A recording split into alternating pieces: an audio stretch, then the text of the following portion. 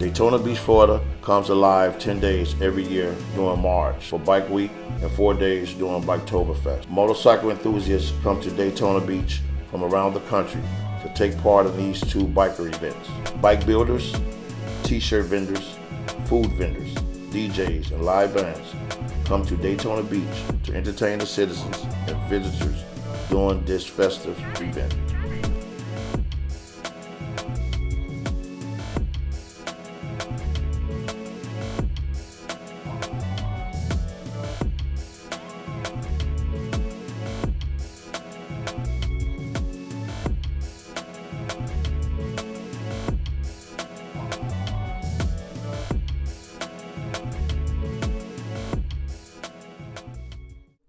Mr. Fudge arrived in Daytona Beach during the 1940s to visit his brother.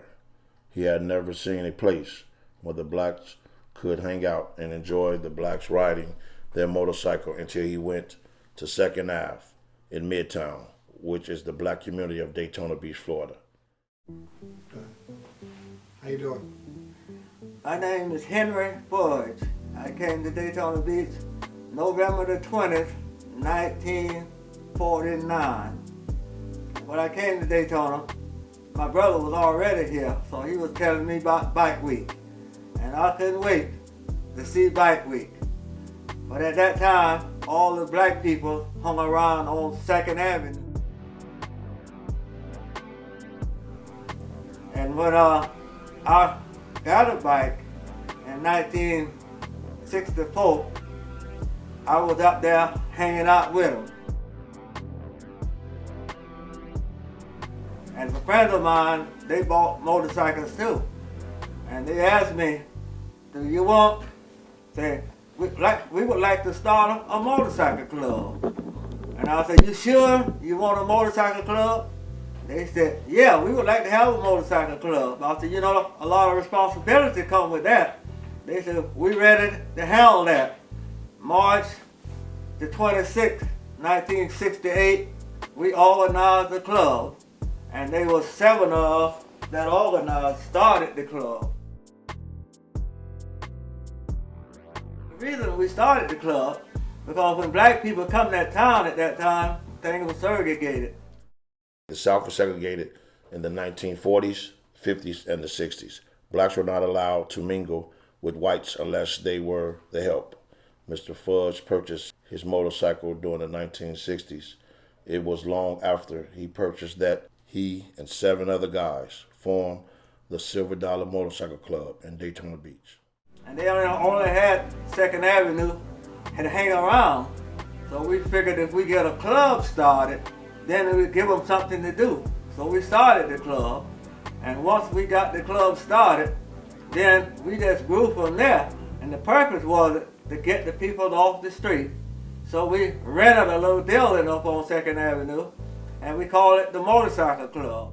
And so 7 of us organized the club and got it started.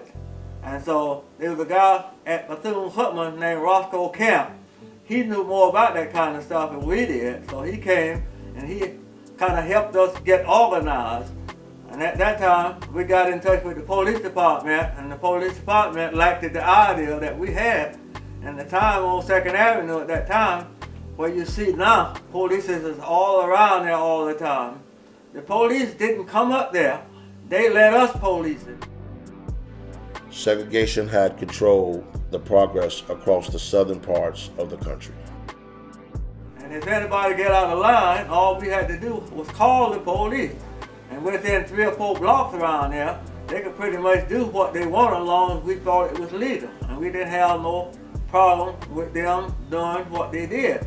But all that time, our club turned out to be good. And the time after then, we organized in 1968, which this would be our 50th anniversary. So we got in touch with certain people, and we the one that started it, taking kids out Christmas shopping. We would raise money during the year, and we asked a white lady named Miss Clancy, did she know where we could get 5 black children, 5 white children, and take them Christmas shopping. And she came up with the idea of that 5 each one of them. So we take them Christmas shopping, and we'll go to certain stores where we will come up with where we could get a discount, and we'll give the kids the money in the hand and let them shop for whatever they wanted.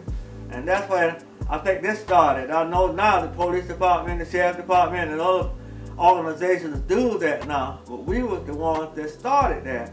And as we worked along, everybody in our club was church members. Blacks in the South were forced to set up their own activities, including organizing their own bike week years ago. Some of them was deacons, Sunday school teachers, and other departments that work in the church. And like on Sunday, a lot of times, we would go to small churches, and the people what really couldn't support themselves that much, we would always take a nice collection and do that, and some of us might teach a Sunday school class for them or lead the devotion. So our club was just a community club. With every generation of youth, change comes for the better of our society. It wasn't just like a gang of people hang out, and we got a lot of respect from the community. And this $7 motorcycle club that we had, the name of it was $7 Motorcycle Club. And this is one of the church. This was the emblem that we had on it. And on the front, it had a little small one on there. So everybody from everywhere, Connecticut and all around Washington and all the places that I went, they knew about the $7 Motorcycle Club. And they knew me because I was one of the first members, and I was president for about 20 years. And so they had me a nickname. They used to call me Daytona Slim. We going to Daytona to see Daytona Slim. And my wife really got a kick out of that. When she leave, Daytona Slim. So I was Daytona Slim.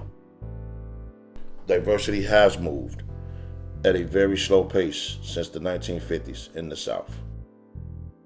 So all the time, that's what happened, right on up until we stayed in the club until we all got to be older men. And we never had a big group of people in our club because I could always handle a few. And the most that we had at one time was 14. But out of all of the time we had the club, we would have 34 members in there. But you know, you always got some stragglers. The $7 Motorcycle Club recognized the need for a motorcycle club in Daytona Beach, Florida. And so, but all the time they come in and we had bylaws, a real set of bylaws. And I was interviewed one time on a television station, and they tried to put me on the spot. They want to know why y'all don't have no women in the club. And I knew if you had a lot of women in the club back in that time, you're going to mess up your home, because some guys in there weren't going to play fair. And so what happened, I would come up with an idea. Only reason a woman anybody in this club had to have a Harley Davidson. And back in that time, women didn't have Harley Davidson. They wouldn't ride motorcycles like they do now. But I knew eventually women was going to get Harley Davidsons too. And so what I did, and as we got older, and then the men started to drop off, then eventually the women did come up with a Harley Davidson. Bessie Stringfield was a young black woman who defied all the odds when she rode her Harley Davidson 48 states across the United States during the Jim Crow era. Can you tell us, first of all, about the original, 7 members that started the club with you? Okay, the original members within the club was myself, Joe Adams, Aaron Gatson, Robert Jones, Alonzo Smith, William Sanderson. I think that might add up to this. J.D. Green. Those were the first 7 members we had. And the club was organized right here in my house, but there was Mason Lodge right on South Street and Narrow Street, and they let us use the building, so that's where we met until we rented a building up on 2nd Avenue. And what was the name was the clubhouse name on the building? What happened, how we come up with the name $7 Motorcycle Club, the first night we met, I gave everybody an opportunity to bring a name, and whatever they bring, and we voted on, that was going to be the name of the club. So I came up with the idea $7 Motorcycle Club, and every one of us had a belt buckle that you could put a $7 in. So everybody had their buckle, $7 motorcycle club. That's how we come up with the name. During the 1950s and the 1960s, the Silver Dollar Motorcycle Club became the pillars of the black Daytona community. I purchased it in 1969. At that time, this bike only cost $2,500, $2,700 with everything that would fit on it. So I kept the bike for 45 years, and I was made an offer one time for it for $30,000 20 years ago, and I didn't want to sell it. But the year I gave it to my nephew, which he still has it, someone from North Carolina came down and wanted to buy the bike and put it in his museum because he had a whole lot of bikes and he wanted to associate me with it. But I figured if I gave it to my nephew and he keep it 45 years and I had it 45 years, at 90 years, it'll be worth more money than he know what to do with it. This was the bike when I first bought it. I bought it in '69, and so this was 1 month after I bought it. So you can see, that's when I was young and good looking.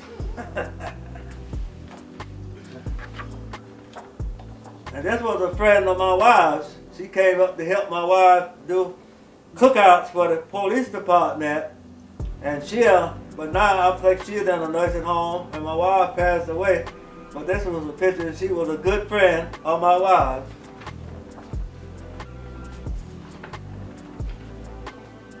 This was a picture of the motorcycle after I had it 40 years. And the guy that's standing with me, Joe Roberts, he the one owned Harley Davidson, and he still do. Now he is 91 years old, and he is still there every day. So he's still a good friend of mine. Now, where was his Harley Davidson dealership at? Right on the corner of Charles Street and International Speedway Boulevard. He there now. Yeah, but he don't get around good no more. But his grandson, he gave the shop to his grandson. I guess he's still ill and the grandson running. Let's put it that way. During this time, the bikers would stop at their Floridian friends' homes for good barbecue and fellowship with good people.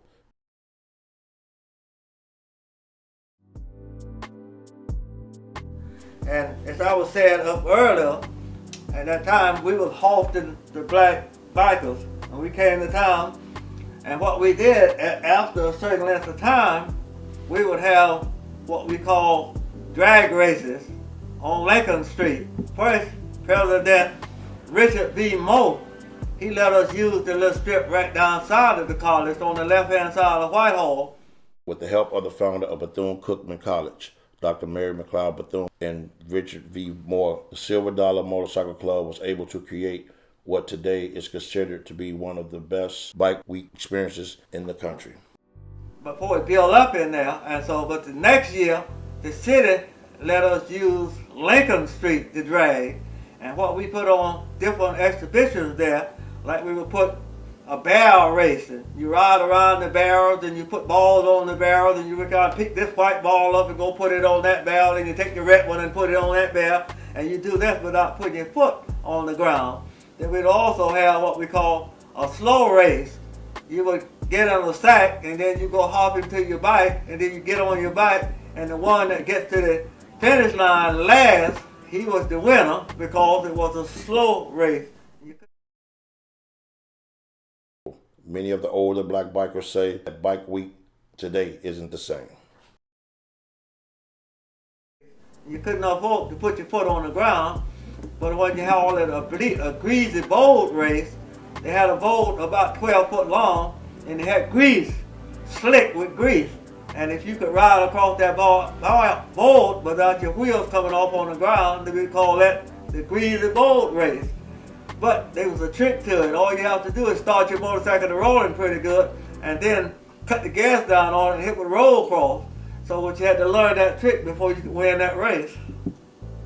And we had what we call, one time, they let us use 11th Street out there, it's LPGA now, and we blocked that off for a quarter of a mile, and we just had what you call amateur people, who people had street bikes, and see who had that fastest bike.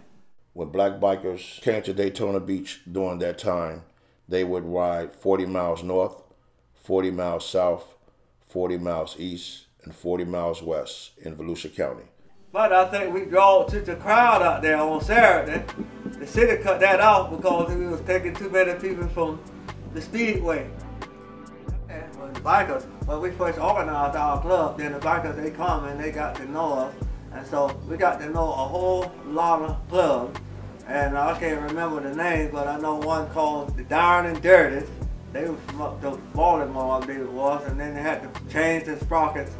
And then, but every 2 or 3 months, we would go to some bikers get together, and we would do that because we would go support them. So I've been to Greenwood, North Carolina, I've been to Columbus, Georgia, I've been to Baltimore, Maryland, and I've been to Sarasota. I've been to a whole lot of different bike clubs, and we had a couple of friends in the club, a couple of members, and they would go to just about everything they had. So we support them, and then they come back to support us. So we got to know people from everywhere, and they would come to town, and as they come to town, then that's how our bikers got started and how we got to know everybody. So, did you slow down after a while? Yeah, after a while it slowed down because what happened, and went up to, on the corner up to 2nd Avenue where we were at that filling station, quit the cover on that station, and so they just hang around and be all in the parking lot and everything. It wasn't like it is now, because prior, he up there, he have all these mobile homes and vendors and things sitting up there, but at that time we didn't have that. And so the people on 2nd Avenue had those restaurants and things, they didn't up the prices. So that's when the people come around, and they hung around there a lot because they didn't have to really spend a lot of money like now. But every now, somebody told me sometimes they want a turkey leg, they want $8 for it. This was a location out on Martin Luther King, 204 South Martin Luther King. Police department, they came to visit us at our club, which I've already stated that we had good relationship with them, and they had a good relationship with us, which we liked it very, very much. And I think the whole black community respected the police department, and they also respected the $7 Motorcycle Club for working so close with the police department. They work with the Daytona Beach Police Department, helping to make it a better community. The $Silver Motorcycle Club set the foundation for other motorcycle clubs in Daytona Beach today for men and women motorcycle clubs. Hello everybody, you're standing right here. I'm Cowboy from the Sun Chasers Motorcycle Club, right on 541 Cedar Street, Daytona Beach, Florida. Listen, let me tell you a little bit about what we got going on here. We're a bunch of guys, and you know, we all ride Harleys, and we all family. When I say family, that means it don't matter what color you are. You are family, because we're a community-based organization that feed right into the community to be able to distribute what our community needs. Not only our community, other communities, for different, I guess, atmospheres and different parties and back to school events. We just like to get involved in our community actions. I remember going to the races on 11th Street. Yeah, I remember all of those little races out on 11th Street. Yeah. And when you went to Buffalo, y'all did that. Y'all started on that. Right. So I remember and know all of this stuff. So I just want to say thank you. All right. I'm also going to introduce my second vice president, Mr. Robinson, better known as LA, better known as Cowboy. What's my name? What's my name? To us, and we want to be focused, want to do the right thing, and we want to abide by the law, and always have Jesus in our heart. You did? Yeah. And we got a great president, we got a great vice president. I'm actually the vice president of public administration, the city and the county and all that. That's exactly what I do, public affairs, okay? All right, we want Mr. Fudge to stand up here. We can get him up here. He left. All right, the second vice president, I think is Joel. Yeah. The Silver Dollar Motorcycle Club passed the torch to the Sun Chasers during a ceremony in 2020. The Sun Chasers were mentored by the Silver Dollar Motorcycle Club. Silver Dollar Club was here when I was a little boy. And what inspired me was the Silver Dollar Club because I used to see them ride by all the time. And they had 1,000 lights on their motorcycle. And you know, I just couldn't get that out of my mind. I wanted to be one of those guys. And you know, we formed the club, Sun Chasers. And the Silver Dollar Club saw how well it was going. They came in and mentored us a lot, told us the good things to do and how to make the city appreciate us and how we can appreciate the community. And they just took to us, you know, like they took us as their child. And they molded us, you know, for the community. And so we had a big event where we called Pass the Torch.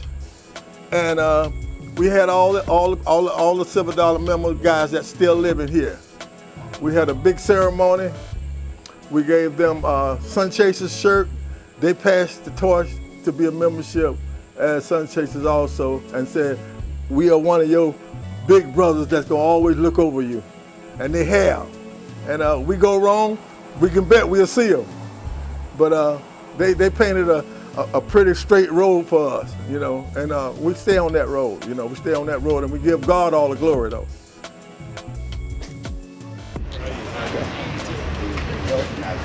Joe Adams won the original Silver Dollar in 1968, second president. Henry Fudge, original Silver Dollar, 1968, first president. J.D. Green, Silver Dollar, 1958, member. 60. Willie Irvin, Silver Dollars. Levi Sims, Silver Dollar, 1970. We always go out and we like to go to different clubs and fellowship with them. You know what I'm saying by fellowship is making sure that everybody's on one accord. We go to Orlando, we go to Jacksonville, we go to Fort Lauderdale, we'll go to Georgia, we'll go to Roundup, wherever you want us to go, we'll go. We like to ride, you understand? All you gotta do is call us, we'll ride. That's the bottom line. And we like to make sure that our brothers are safe while we're riding. So we always do a safety check before we make a ride. You know, we got guys, road captains, that's their job. That is their job. I am, though, the public relations officer for this bike club here. I've been that for the last 2 years. I've been in the club. I'm a founding member. I've been in 24 years now. I don't plan on getting out. I'm gonna ride this till I die.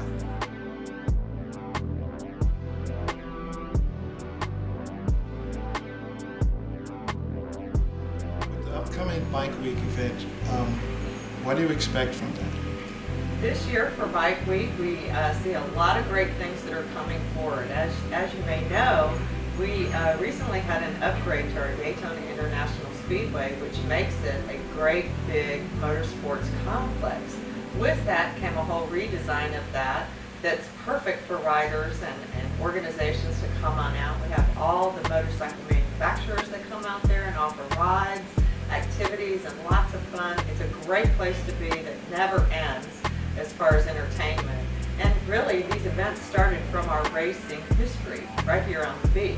So it's great to see that facility grow and expand and really wrap and embrace themselves in the motorcycle marketplace.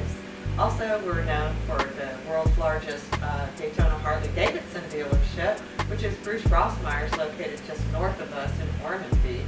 Great location, lots of fun things to see and do. It's one of the premier motorcycle shops in the country, just offering so much entertainment and facilities that are absolutely fabulous. And of course, we can't forget Main Street. Main Street's really the epicenter of Bike Week, and it's kind of where the whole event really started. Folks used to come out to the beaches and watch the races.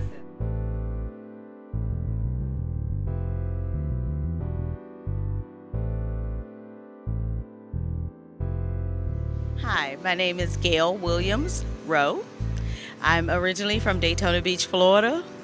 I was born and raised here since 1961. And I've been around the motorcycle scene all my life.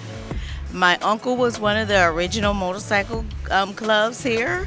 One of the guys in the club. The club was called the Silver Dollar Motorcycle Club. My uncle, his name was Zaris Hill. His biker name was Yellow Baby.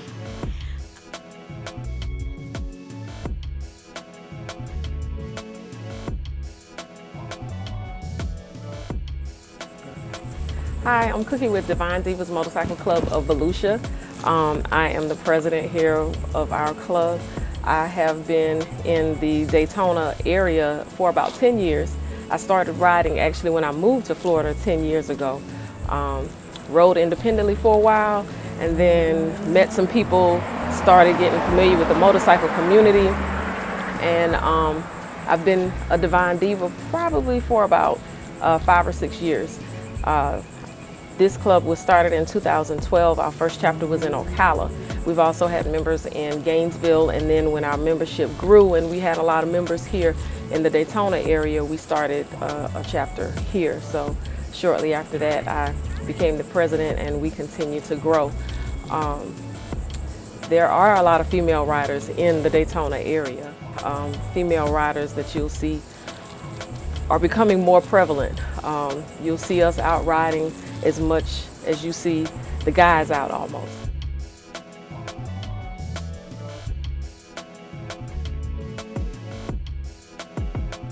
I'm Lock and Load, president of Adorable Divas Motorcycle Club, MC here in Daytona Beach, Florida. We are a chapter out of Jacksonville, Florida. Our founder and president is Lady Unique in Jacksonville, Florida, Adorable Divas. My club started here in 2009, April 2009, and I joined this club Bike Week 2012.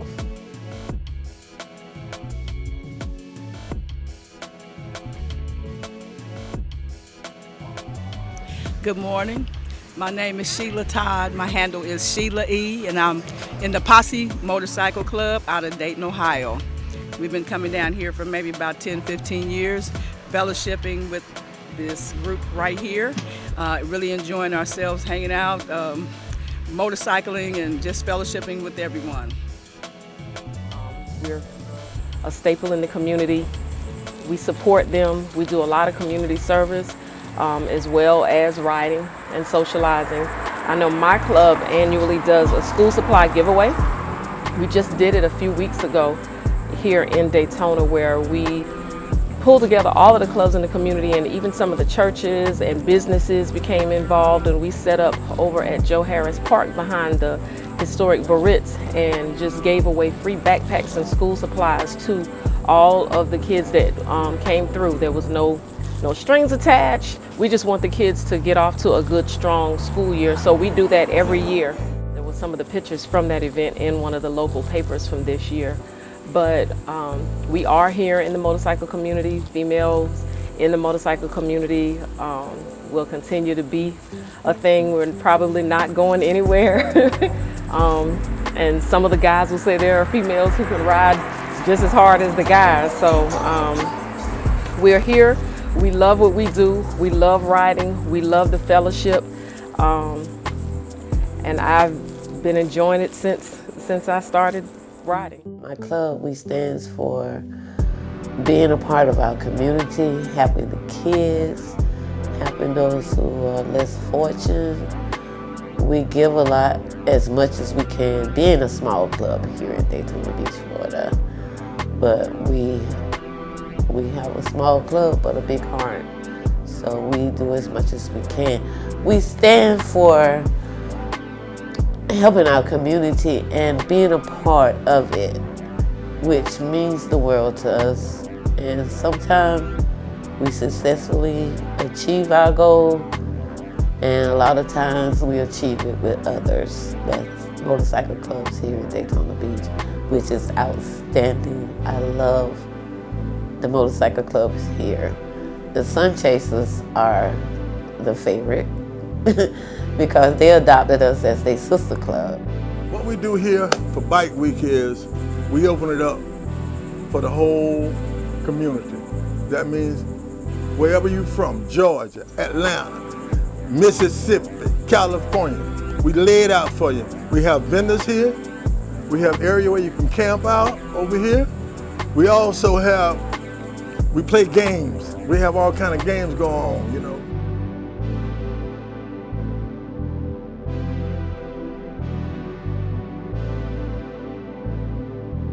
Hey, good morning. My name is King MJ, Kings of the South, founded in Atlanta, Georgia. I'm one of the original founding members. We have 36 chapters in 36 states.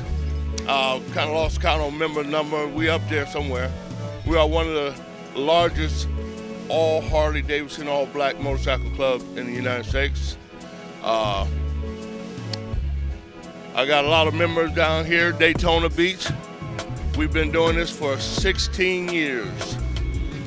And I've only missed 1 year, which was last year during the pandemic. Other than that, I ain't skipped a beat. So we roll, we enjoy coming down, and like we all get together, guys come from all different chapters. We meet up down here and have a good time. Hang out. We also have one of the largest RV club affiliated with the motorcycle club. So we just enjoy doing what we do. We do our thing and have a good time.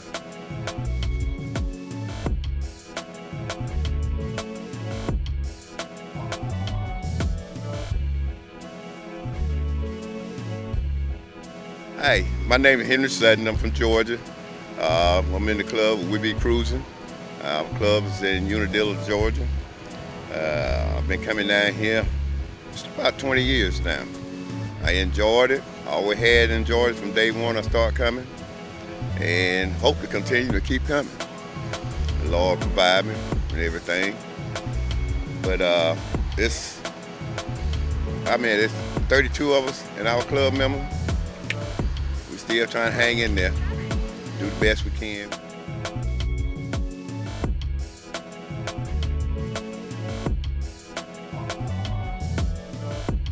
I'm Leroy Smith. They call me Smitty from the city.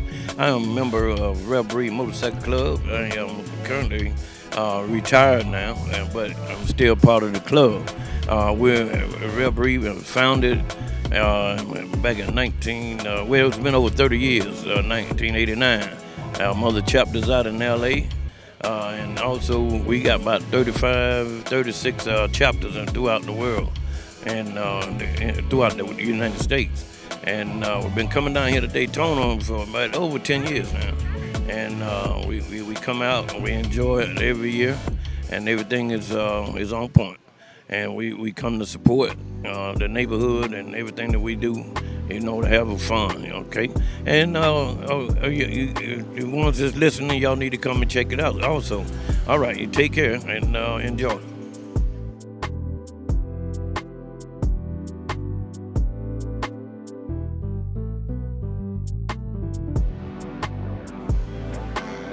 Good morning, my name is Connolly. How are y'all? With the Boss Riders Motorcycle Club that's been here we've been coming here for about 20 years, and we really enjoy it. Here interviewing for, making sure that this is documented so we can continue to do this as long as possible.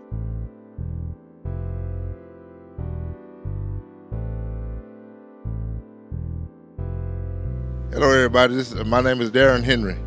I'm from AKA Heavy, from Lakeland, Georgia. I've been coming down here for about 19 years. All of the people that I've met over the 19 years, I really enjoy them. They say you don't get to meet people as much as you do when you're staying home, so I'm out enjoying myself. I'm 54. I love coming down here, riding my bike. My community, I want to give a shout out to Lakeland, Georgia.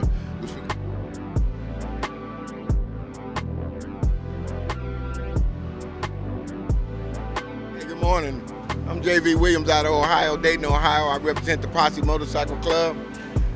Shout out to the Dayton, Ohio motorcycle community all across. We enjoy fellowshipping across the country, across the states.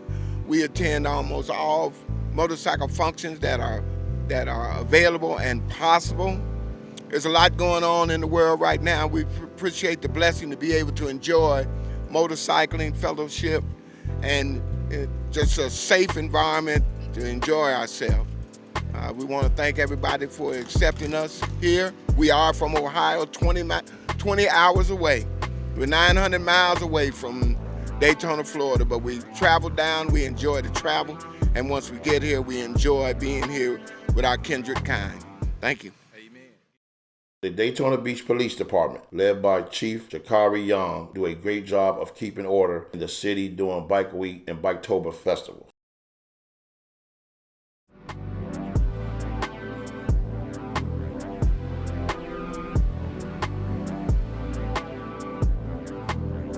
Oktoberfest, which occurs every October, third week in October. Great little regional ride, fun to come out, good time at the end of the year. So we actually get to start and end the motorcycle riding season right here in the Daytona Beach area.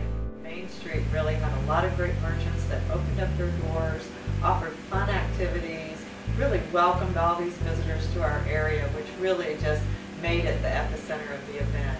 Main Street's here to delight and entertain you anytime.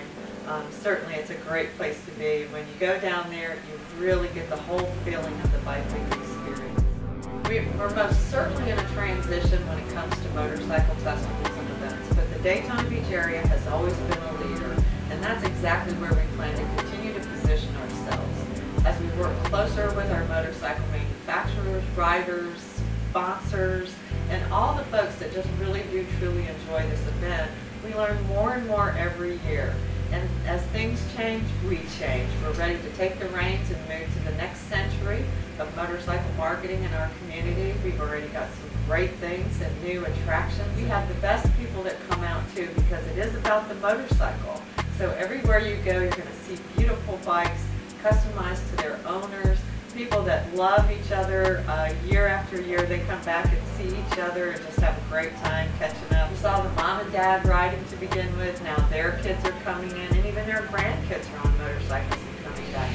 It's a great place to be for families and lots of things to see and do. So we're ready to hit that new groups that are coming out there, and some new activities and events and new ideas as well.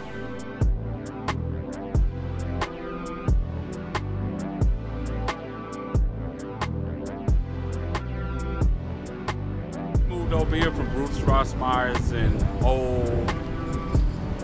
09. What happened over at Bruce Rossmeyer's JP Cycles is that we didn't offer a product that was sold in this store. So it was sort of kind of hard for us to sell what we do over there because we offer more of a service, which is custom audio. We decided to take a chance, well, not really take a chance, but I talked with one of my closest friends and said, hey man, what do you think about going over to the Bethune side? We're at the Second Street Plaza.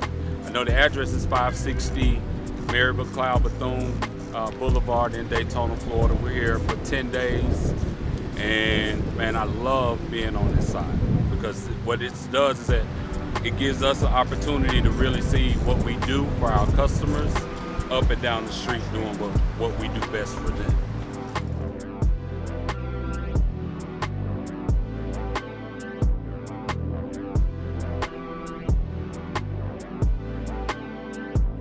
So you better get in and get you a good spot to park, because parking is hard right here because people come early. We open from the time daylight come on, and we close when the last person leaves. But what we do here is it's a family-orientated atmosphere. Come out, mingle, enjoy one another. We have all kind of things going on for the kids, little art games, little paintings for them. We have a bunch of stuff going on. I can't even stand here and tell you all the stuff going on, but I can ask you to stop by and check us out.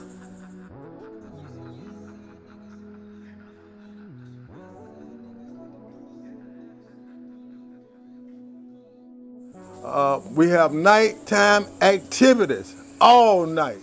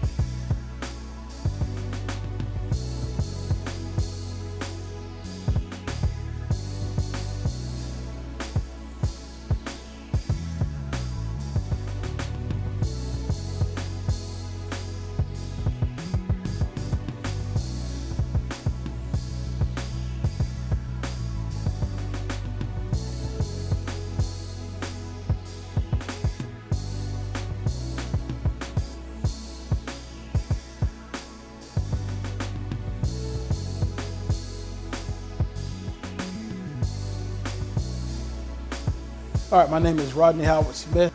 Great memories, fond memories. I grew up with him. I remember going to work with him, cutting yards as a little boy. I remember going to church with him on Sundays at Shiloh Missionary Baptist Church. I also remember going to the Silver Dollar Motorcycle Club on Friday nights and Saturday nights. Him and my aunt, they would have fish fries. They would have the motorcycle guys up there, good friends, fun, music. I remember peanuts, that's what he loved to eat, one of the things. I also remember him going over across the street to the gas station, hanging out with Mr. Johnson. I also remember him going to the Mason house. And so just things that he did, he always kept me alongside of him. I learned, I listened to what those older guys had to say. He loved motorcycles. You all know that. He founded the Silver Dollar Motorcycle Club with a couple of other guys, and that is something that he put his heart and soul into for years, until they eventually sold that piece of property. And even then, he rode his motorcycle. He loved that bike, Deer. I can tell you, I remember him going down that dead-end street that he lived on, and he would shift gears. He hit all 3 gears before he got down to the end of the street, turn around, hit all 3 gears, going back up, turn around, just kind of showing out and turning without putting his feet on the ground. And, those things were fun to me. He allowed me to ride on the back of the motorcycle with him. And funny thing is, my aunt always wanted him to get life insurance or motorcycle insurance, and he never did. And I think he rode motorcycles for 60 plus years, and he never had motorcycle insurance, and he told me, you don't need it if you don't fall. And I guess he never failed because, he ended up living until he was 90 years old. And so that's something I remember that I thought was quite amusing. But it taught me a lot, taught me how to work hard, taught me how to work for everything that I wanted in life.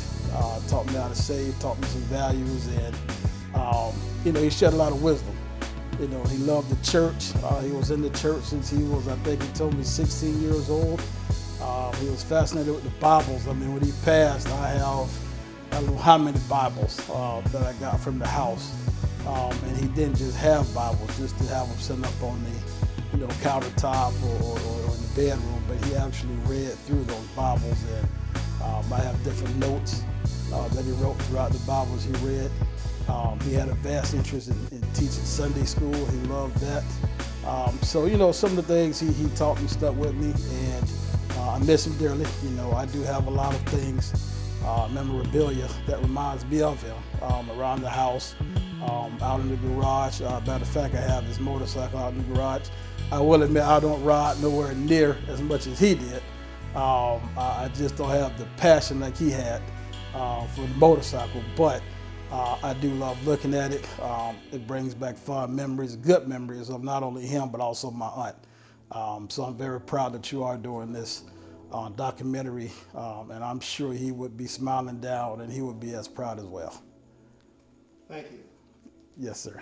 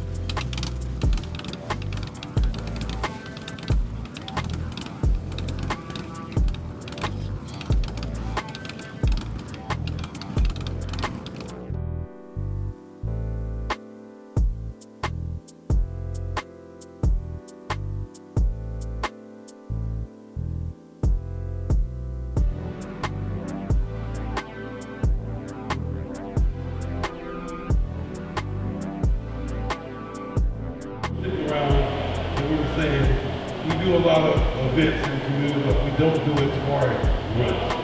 And, you know, we went ahead and said, let's go ahead and put something together, and then the community came together with us and we got this going. So we put community first all the time. So that's what we're all about. But I'm going to bring Food Brings Hope representatives up right now so they can talk about the good things they do. This is actually the charity that we donate to. All of our donations go to this charity. I'm going to bring them up right now. This is Mimi Owens. Give her a hand.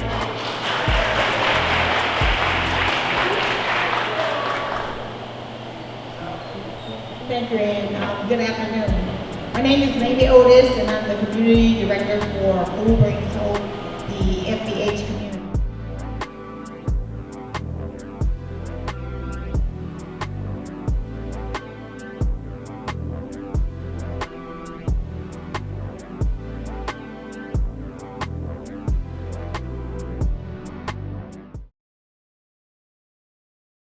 Sun Chaser Motorcycle Club in Daytona Beach, Florida is a community-driven club.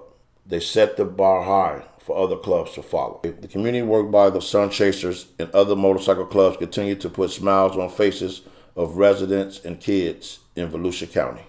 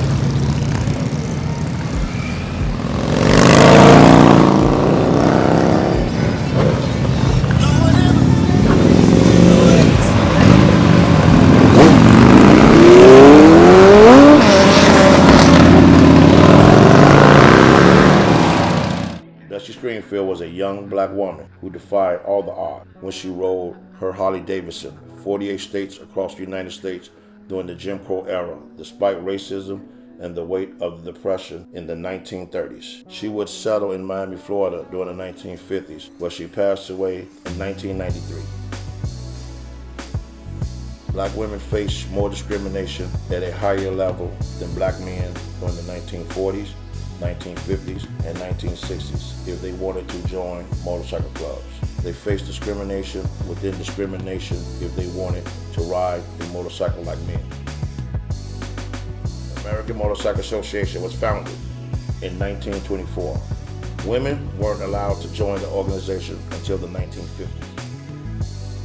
Bessie Stringfield was inducted into the AMA Hall of Fame in 2002. Bessie Stringfield was a true trailblazer.